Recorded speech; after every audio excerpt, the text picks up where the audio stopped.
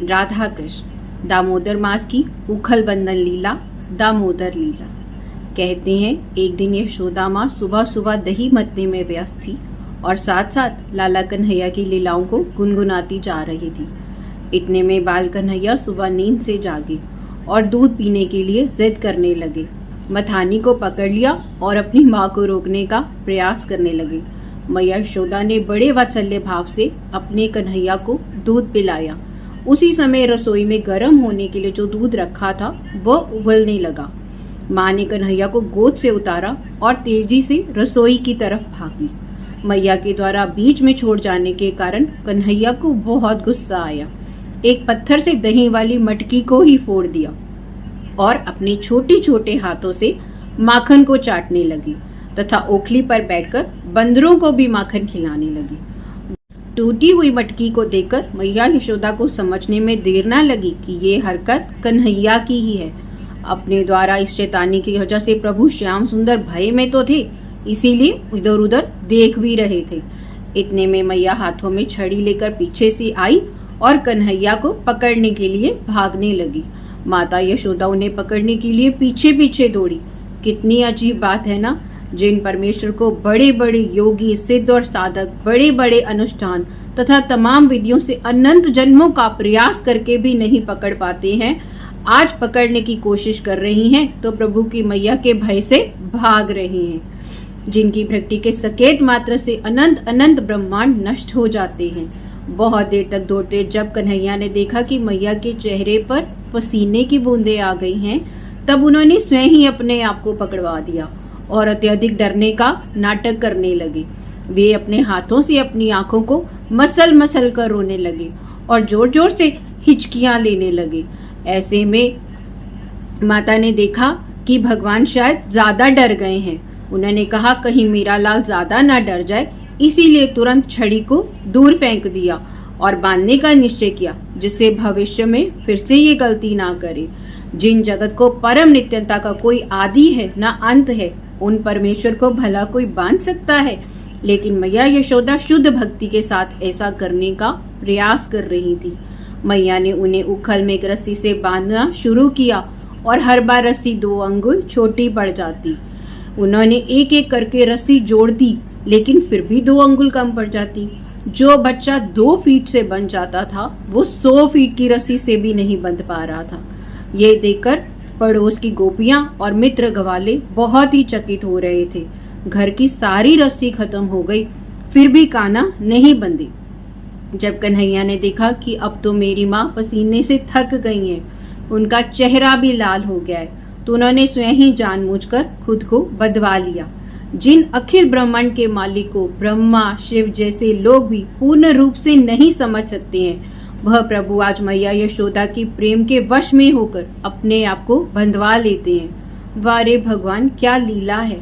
आपके वास्तव में उन परमेश्वर की लीला को समझना संसारिक दूषित व्यक्तियों की समझ से तो बाहर ही है। उनकी लीला को सिर्फ उनकी कृपा के माध्यम से ही समझा जा सकता है। दाम की एक अर्थ रस्सी भी होता है और उदर का अर्थ होता है पेट। अतः मैया द्वारा पेट के चारों ओर रस्सी बंधने के कारण प्रभु का एक नाम दामोदर भी विख्यात हुआ। प्रेम से कहिए दामोदर भगवान की जय। लाला को बांधकर माता यशोदा घर के कामों में लग गई। नंद बाबा के आंगन में 2 पेड़ थे, यमला अर्जुन।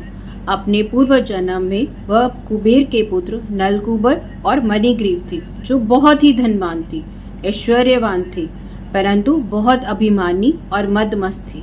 नारद मुनि के श्राप से फलस्वरूप वह यशोदा माता और नंद बाबा के घर में पेड़ बनकर खड़े थे।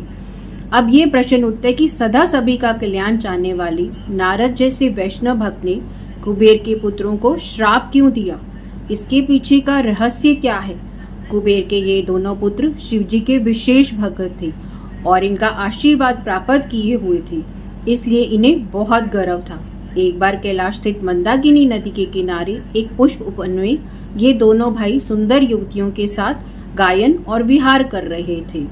कहते हैं नशे में ये दोनों इतने प्रभावी थे कि इन्होंने नारद मुनि का ना तो आदर किया और ना ही उन्हें प्रणाम किया। उनकी नशे की ऐसी हालत को देखकर नारद मुनि क्रोधित हो गए और उन्हें श्राप दिया कि इसी समय तुम दोनों पेड़ बन जाओ। श्राप के बाद इन दोनों को होश आया और होश आने पर इन्होंने नारद जी से क्षमा याचना की और कहा कि आप हमें श्राप मत दें।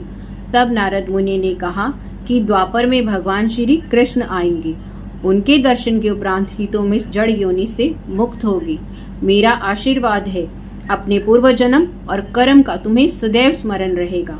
देव ऋषि नारद के वचनों को सत्य करने के लिए बाल कृष्ण ने जिस उखल से बंधे थे उसे उन दोनों अर्जुन पेड़ों के बीच में से निकाल दिया, परंतु उखल उन पेड़ों के बीच में ही अटक गया, जिसके फलस्वरूप कन्हैया आगे बढ़ नहीं पा रहे थे। उखल निकालने के लिए उन्होंने उसे थोड़ा खींचा और जोर लगाया। जोर लगाते ही दोनों विशाल वृक्ष धरती से उखड़ गए। इतनी जोर की आवाज आई कि भूमि पर जैसे भूकंप आ गया हो। उसी समय दो अत्यधिक तेजवान देव पुरुष हाथ जोड़ते हुए प्रकट हुए और श्री कृष्ण की स्तुति करने लगे। दोनों कुबेर पुत्रों ने कहा, आप सभी कारणों के कारण स्वरूप सृष्टि के आदि से परम भगवान हैं और सभी जीवों के अंदर परमात्मा रूप में निवास करते हैं। आपके बारे में स्वयं ब्रह्मा, शिव आदि परम योगी तक ठीक से नहीं जानते हैं और जिनके लिए आपके दर्शन दुर्लभ हैं, उन्हीं श्री हरि मनोहरी बाल रूप के साक्षात दर्शन हमें नारद जी की कृपा से संभव हुए हैं। वास्तव में नारद जी ने हम दोनों भाइयों पर करुणा के कारण ही श्राप दिया है। उस श्राप के कारण ही तो अखिल ब्रह्मांड के नियता के दर्शन हम पा सके हैं। इस प्रकार बहुत स्तुति की उपरांत उन्होंने परमेश्वर की परिक्रमा की, भगवान श्री कृष्ण की आज्ञा से स्वर्ग लोक को प्रस्थान किया।